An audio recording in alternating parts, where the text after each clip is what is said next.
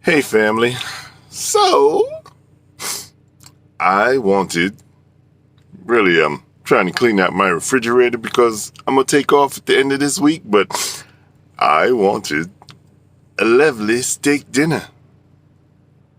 Had this nice, juicy, thick steak from DeKalb Farmers Market in Georgia.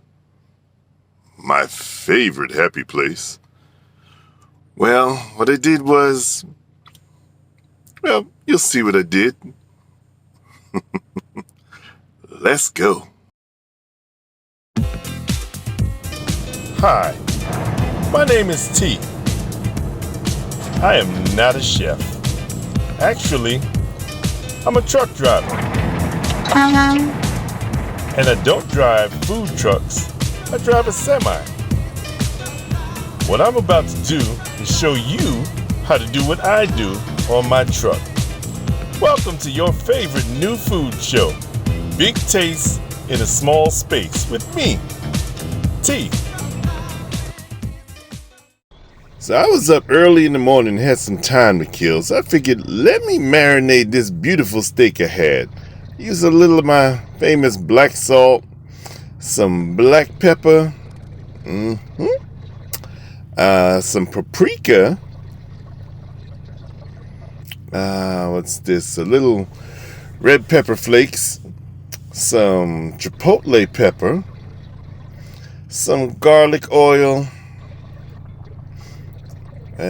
some shallot oil, some Worcestershire, some soy sauce, and some of that stuff I made. You know the stuff I made. The something. Yeah, that stuff. Put it all in the bag and swish it around. Seemed like it needed a little extra liquid, so I put some olive oil. Swish that around a little bit more. And then I take the air out and let that sit for a couple hours. Then later when I was ready to cook this thing, got my cast iron skillet extremely hot. Didn't put any oil or anything in there, because these good steaks usually have a nice little thing of fat on there. So I just used the fat cap to kind of oil the grates on this cast iron skillet. Get the marks on there. And you wanna put that meat on every side.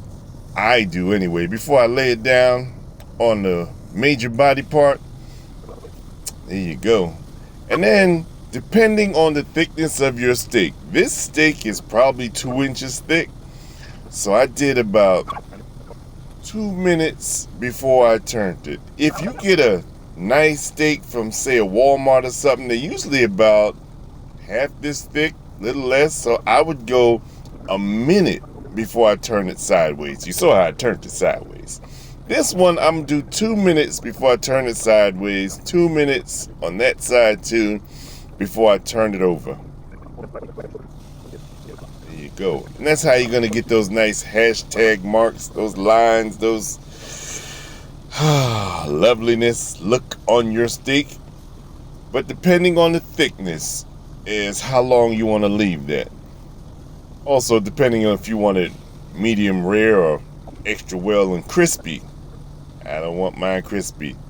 So like I said, this is a very thick steak. So I did 2 minutes, turn it, quarter turn, 2 minutes.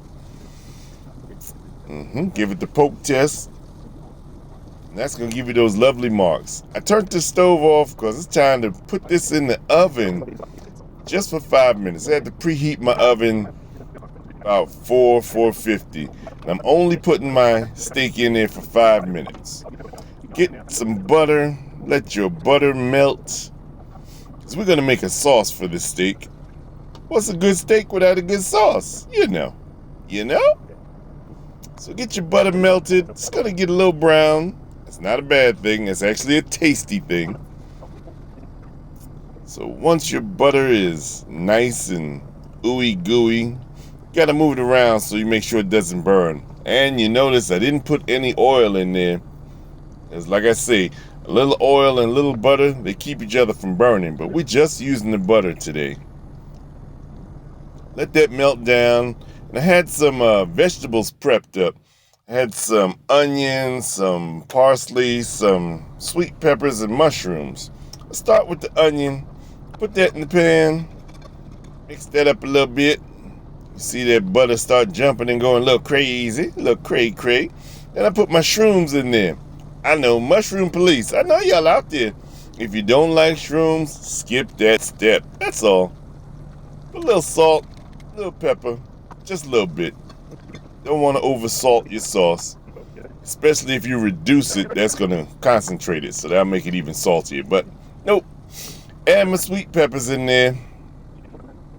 Just want to soften them. You don't want to eat your sweet peppers raw today. Some days I do. Mixy. I put just a dash of that garlic and chili stuff. You know. Yeah. A little bit of parsley.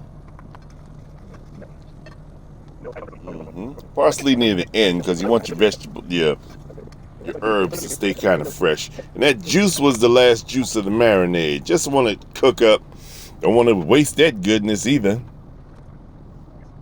Let that, stir a little bit. Then I zested a lime. Use the zest of one whole lime. That's going to make the flavors pop. That's going to give you some excitement. And not just the zest, but I use the juice of a lime too. You're welcome. Let that cook down a little bit. Probably turn my heat off at this time because, skillet and hot plate is going to be hot. Now, after 5 minutes, your steak came out. It's resting. It's resting while you made your sauce. So, take your steak out after it's rested for about 5 minutes. Don't take long to make that sauce. And then you cut it up. The reason you want it to rest is so the juices will go back to the center of the meat. Cut that steak up and get ready to plate it up, baby. So when I made this, it was a Monday night, but this is definitely a Friday, Saturday, Sunday dinner type, date night type meal. Hey, any day is a good day for some steak. So what we have today is that 2-inch thick New York strip, the steak sauce we put on top, some collard greens we made the other day,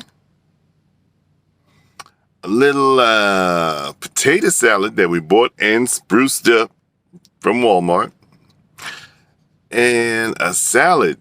We get our salad sometimes from Love's when we on the road and we break it down and spruce it back up. Little avocado, little stuff. Ooh, that is steak night.